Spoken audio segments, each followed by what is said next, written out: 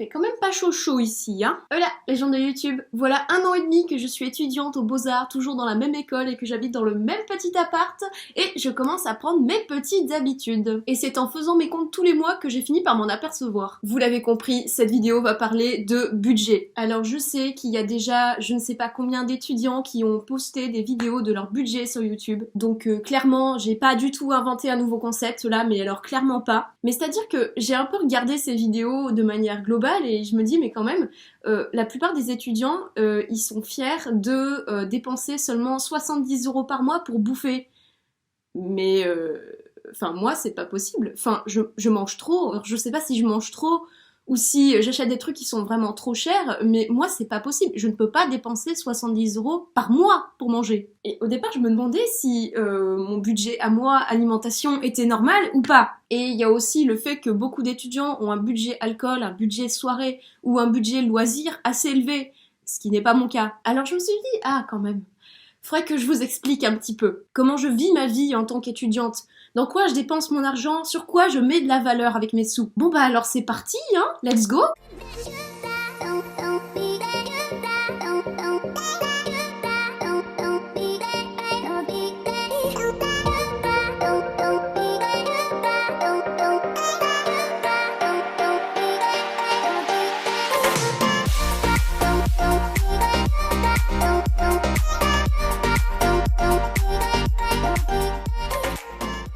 Alors, avant de commencer, avant toute chose, parce que oui, je fais systématiquement des avant-propos. Vous avez vu, il y a de la lumière, mais c'est magique, c'est génial. Oui, rien me déconcentre. Donc, je disais, avant de commencer, je précise quand même que j'ai un budget qui est pas vraiment un budget, genre je mets de l'argent dans des petites enveloppes et je dépense pas plus tous les mois. Et j'ai pas non plus des dépenses à peu près fixes tous les mois. Enfin, il y en a quelques-unes, oui, mais la majorité, c'est plutôt... Il y a des mois où je dépense un peu plus et des mois où je dépense un peu moins. Donc en gros, c'est une moyenne si vous voulez. Donc je vais commencer par la plus petite dépense, en fait, la plus petite dépense mensuelle qui est là tous les mois, plus ou moins. Et je vais terminer par la plus grosse. Ah oui, puis aussi, autre petite précision, ma plus grosse dépense, ce n'est pas mon loyer, pour la simple et bonne raison que mon loyer est supérieur à mon salaire et que je ne peux même pas me payer mon loyer, si vous voulez. Donc pour l'instant, le loyer est à la charge de mes parents. N'oublions pas quand même que je suis étudiante et que je peux pas non plus tout me payer. Enfin, il y a des étudiants qui peuvent le faire et franchement, ils sont hyper courageux et ils doivent se serrer la ceinture à max parce que moi, je ne peux pas. Mais en revanche, il y a quand même d'autres dépenses que je fais. En fait, la seule dépense que je fais pas quasiment, c'est ma box Wi-Fi et mon loyer. Comme ça au moins c'est dit. Passons donc dès à présent à la première dépense. La première dépense tous les mois, c'est la dépense santé. Je consomme très très peu de médicaments. En revanche, à la place, j'ai tendance à plutôt être à fond sur l'homéopathie. Alors je vais pas dire que j'en prends tout le temps non plus, mais on va dire que je vais plutôt aller vers l'homéopathie que vers les médicaments. Et comme l'homéopathie n'est pas remboursée par la sécurité sociale, j'ai une dépense, on va dire moyenne, qui est de 5 € par mois. Pas forcément que pour l'homéopathie, mais pour la santé en général, pour ce qui n'est pas remboursé par la sécurité sociale. Comme je l'ai dit, c'est une moyenne. Il va y avoir des mois où je vais dépenser rien du tout, 0, et il y a des mois où je vais dépenser peut-être 10-20 €. Et comme ça, la sécurité sociale peut garder un peu d'argent pour d'autres cas qui auraient peut-être besoin de plus d'argent que moi. C'est un drôle d'argument, mais c'est pas grave. La dépense suivante, c'est le téléphone. J'ai un forfait à 11,99 € par mois. À la toute base, j'avais un forfait free, vous savez, les petits forfaits à 2 €, oui, bon non, je vous fais pas un dessin.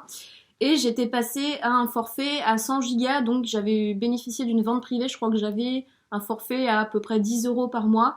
Et puis quand mon forfait a augmenté, j'ai déménagé et je me suis aperçue que dans mon nouvel appartement, c'est-à-dire ici, je ne captais pas, ou alors très très mal, Free. Donc j'avais un forfait de 100 Go par mois, à 20 € que je ne pouvais même pas utiliser tellement je captais mal internet, et ça je m'en suis aperçue pendant le premier confinement. Donc finalement avec mes parents on a décidé qu'on allait me prendre une box et à la place j'avais plus besoin de mes 100 Go, donc finalement j'ai changé aussi de forfait de téléphone. Ensuite on a les déplacements pour les transports en commun. J'ai pas mis les frais de déplacement en général parce que en dehors de Nantes je me déplace quand même pas très souvent.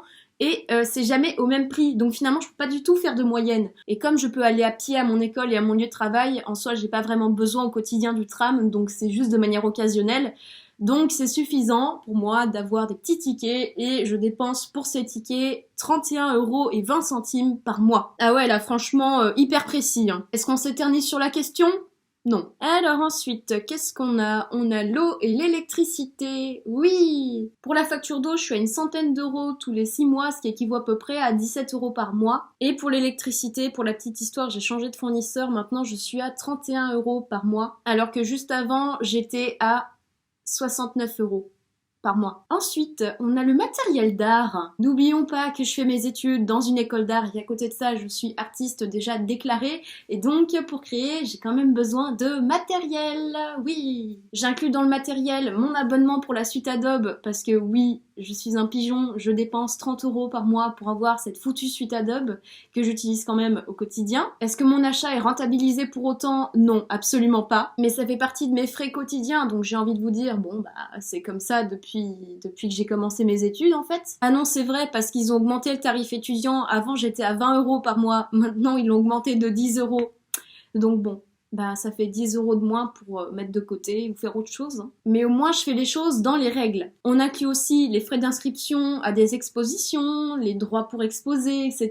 Parce que ça coûte des sous ça aussi. Tous les frais de communication, les achats de cartes de visite, les impressions photos. Et bien évidemment, on inclut aussi toutes les dépenses liées juste à la pratique artistique, tout le matériel. Et ça peut coûter très très cher. Donc autant il y a des mois où je dépense pas grand chose, enfin si, j'ai toujours ma suite Adobe, donc ça fait déjà 30 € dans les mois où je dépense le moins, et dans les mois où je dépense le plus, ça peut aller à plus d'une centaine d'euros, ça peut aller jusqu'à peut-être 150, 160 €.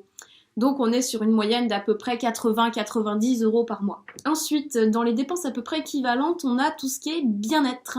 Alors c'est pas que je mets tout dans le même panier, mais pour moi, le simple fait de se brosser les dents, bah, c'est quand même une forme de bien-être, quoi. C'est quand même, on se fait du bien. On fait du bien à notre corps, on fait du bien à notre tête. Donc, dans cette dépense, qu'est-ce que j'inclus ? Bah, déjà, toute forme de cosmétique, alors que ce soit des crèmes de jour, des crèmes de beauté, tout ce que tu veux, shampoing, brosse à dents et dentifrice. Oui, pour moi, c'est vraiment une dépense bien-être. Alors, quelquefois, vêtements, même si c'est quand même assez rare, on va dire que j'ai pas besoin en soi de vêtements, et pour moi, c'est juste pour me sentir bien dans mon corps ou parce que je le trouve beau. Enfin, bref.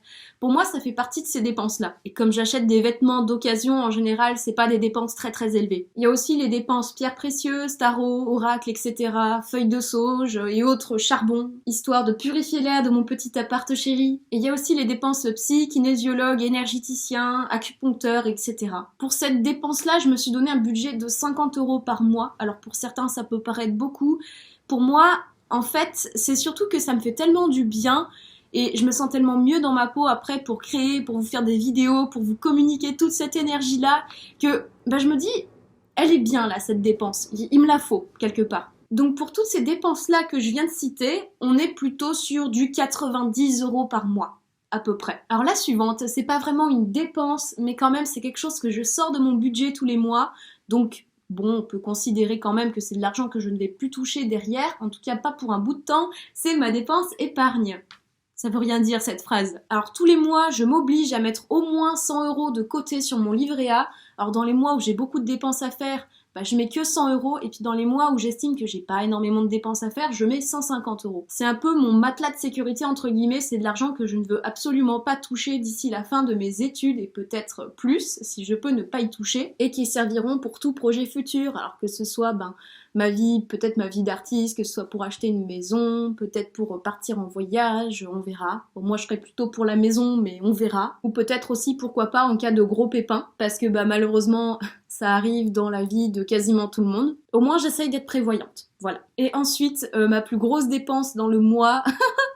c'est la dépense nourriture, oui. Alors faut savoir une chose, c'est que déjà je mange bio, et que j'évite d'aller dans les grandes surfaces. Donc en général, étant donné que je travaille à Biocop, je me nourris exclusivement à Biocop. Et aussi qu'il m'arrive de temps en temps de manger sans gluten, quand mon estomac estime que non, il en a marre de manger du gluten et que ça le fatigue pour digérer, et je passe au sans gluten pendant quelques jours. Et que aussi, je mange de la viande. Alors attention, je fais quand même attention à la viande que je mange, j'essaie quand même de me renseigner sur les producteurs de viande en question et de pas manger n'importe quoi. J'avais essayé pendant une période où vraiment j'avais aucun revenu de ne plus manger de viande et j'en mangeais moins d'une fois par semaine, peut-être une fois toutes les 2 semaines et en fait ça me manquait vraiment et je sentais que j'étais un peu plus déprimée, que j'avais moins d'énergie. Alors je sais pas si c'est dû au fait que je ne mangeais plus de viande, mais en fait réellement ça me manquait et moi j'aime ça la viande.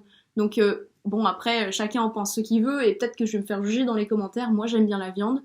Et c'est juste que je veux pas trop en manger parce que voilà, c'est quand même il y a des raisons éthiques derrière. Mais du coup j'en mange quand même. Je me suis beaucoup éternisée sur la question de la viande quand même. Mais quand tu dis bio, plus sans gluten, parfois plus de viande, ça fait un budget énorme. Sans oublier que je n'ai pas un appétit d'oiseau, je mange beaucoup. Sans oublier aussi les quelques petites sorties au restaurant qui arrivent quelquefois. Enfin qui arrivaient parce que maintenant ça ne peut plus arriver. Enfin en tout cas au moment où je tourne cette vidéo ça ne peut plus arriver. Enfin à l'avenir j'espère, franchement je l'espère. En comptant toutes ces dépenses là, on arrive à un budget de en moyenne, 180 € par mois. Alors, je sais qu'il y a des étudiants qui vont trouver ça énorme, peut-être que la majorité des étudiants vont trouver ça énorme, mais pour moi, il y a aussi des questions d'éthique derrière, c'est-à-dire que j'ai pas envie de manger n'importe quoi pour ma santé, que j'ai envie de soutenir aussi des producteurs locaux, le plus locaux possible, parce que j'essaie quand même de consommer local. Et quand c'est fabriqué en France, souvent la main-d'œuvre, enfin, c'est pas souvent, la main-d'œuvre est plus chère, parce qu'on est payé comme tout le monde français,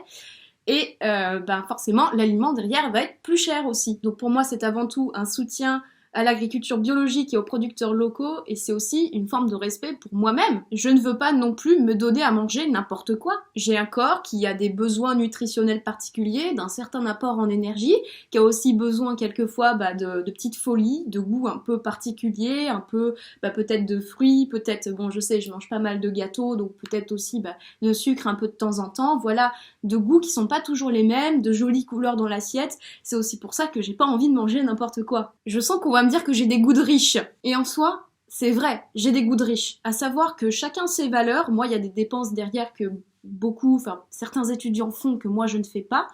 Par exemple, je ne fais pas de soirée, je bois très très peu d'alcool, je dois en boire peut-être une bière par mois quand il y a des potes, mais en vrai, je bois pas vraiment d'alcool, j'en bois quasiment pas et mes dépenses en termes d'alcool et de soirée sont minimes, voire nulles. Mes dépenses aussi en termes d'habillement, de vêtements, de décoration, parce que vous avez sans doute vu que mon appart est quand même pas mal décoré.